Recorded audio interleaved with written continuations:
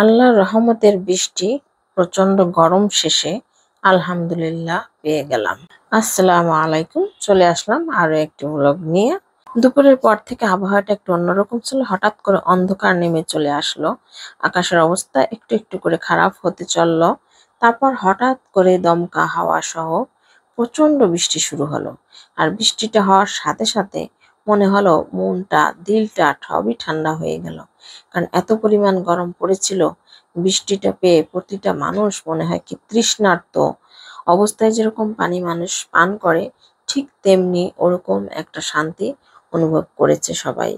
আর আমিও বেলকনিতে গিয়ে বৃষ্টিটা একটু উপভোগ করলাম। আর বৃষ্টির শেষের দিকেই আমি ভিডিওটা করেছি। আর দুপুরে রান্না যেহেতু ছিল না, দুপুরে আগের তরকারি দিয়েই আমরা খেয়ে নিয়েছি। আজকে রাতের রান্নাটা আমি শেয়ার করব আপনাদের সঙ্গে। আর বাইরের ভিউটা একটু শেয়ার করে নিলাম।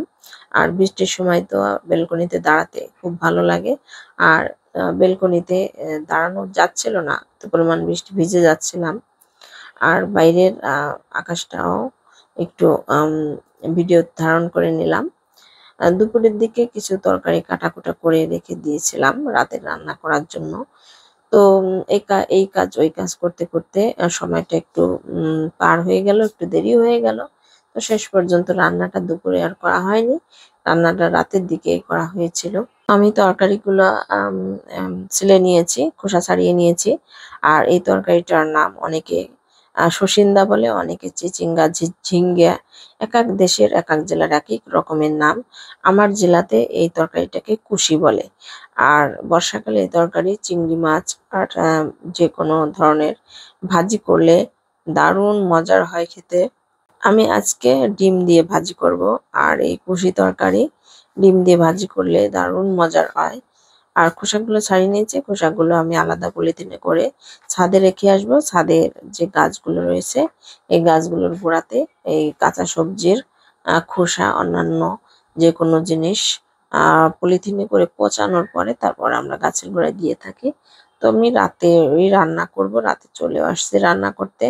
এখানে পেঁয়াজ রসুন সুন্দর করে ভাজা ভাজা করে নিয়েছি। তারপর হচ্ছে কুশিগুলো কড়াইয়ে দিয়ে হলুদ লবণ দিয়ে সুন্দর করে একসাথে আমি ভাজা ভাজা করে নিব। আর এই রকম ভাবে যদি ভেজে খাওয়া হয় তাহলে খেতে দারুণ মজার হয়। আর একটু পানিও ছেড়ে দিয়েছে, হালকা একটু পানি শুকিয়ে আসলে তখন আমি একটা ডিম দিয়ে দেব। আর ডিম দিয়ে কুশি ভাজি করলে দারুণ মজার হয়।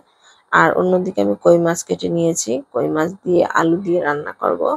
কই মাছ তো আমার সবসময় বেশি পছন্দ। আর কই মাছের একটু মাখা মাখা করে রান্না করলে আরো বেশি মজার হয়। আর যদি একটু বাটা মরিচ দেওয়া যায় তাহলে তো আরো মজার হয়। তো এখানে আমি জিরা বাটাও ইউজ করব।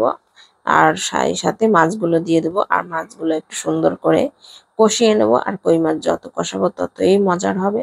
কষানো শেষ করে মাছগুলো আস্তে আস্তে করে এক এক করে আমি তুলে নিব।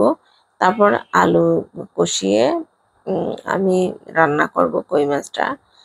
আর এখানে সবকিছু সুন্দর করে কষিয়ে নেওয়া হয়েছে। আর এখানে আমি মাছগুলো তুলে রাখবো। আর আলুগুলোও আমি সুন্দর করে কষিয়ে ঝোলের পানি দিয়ে মাছগুলো দিয়ে রান্নাটা আমি নামিয়ে নেব। কই মাছ মানে আলু আর মশলা বেশি দিয়ে একটু গাঢ় করে রান্না না করলে আমার একদমই ভালো লাগে না। এজন্য আলু দিয়ে সবসময় রান্না করে থাকি। আর আলুর সাথে এই কই মাছ খুব যায়। তারপর তো বাজার থেকে কিছু ফল নিয়ে এসেছিল, বের করে নিচ্ছি। তার মধ্যে লিচু ছিল, দেশের বছরের প্রথম লিচু, আলহামদুলিল্লাহ। ভিডিওটি আর বড় করব না, সবাই ভালো থাকবেন। আল্লাহ হাফিজ, আসসালামু আলাইকুম।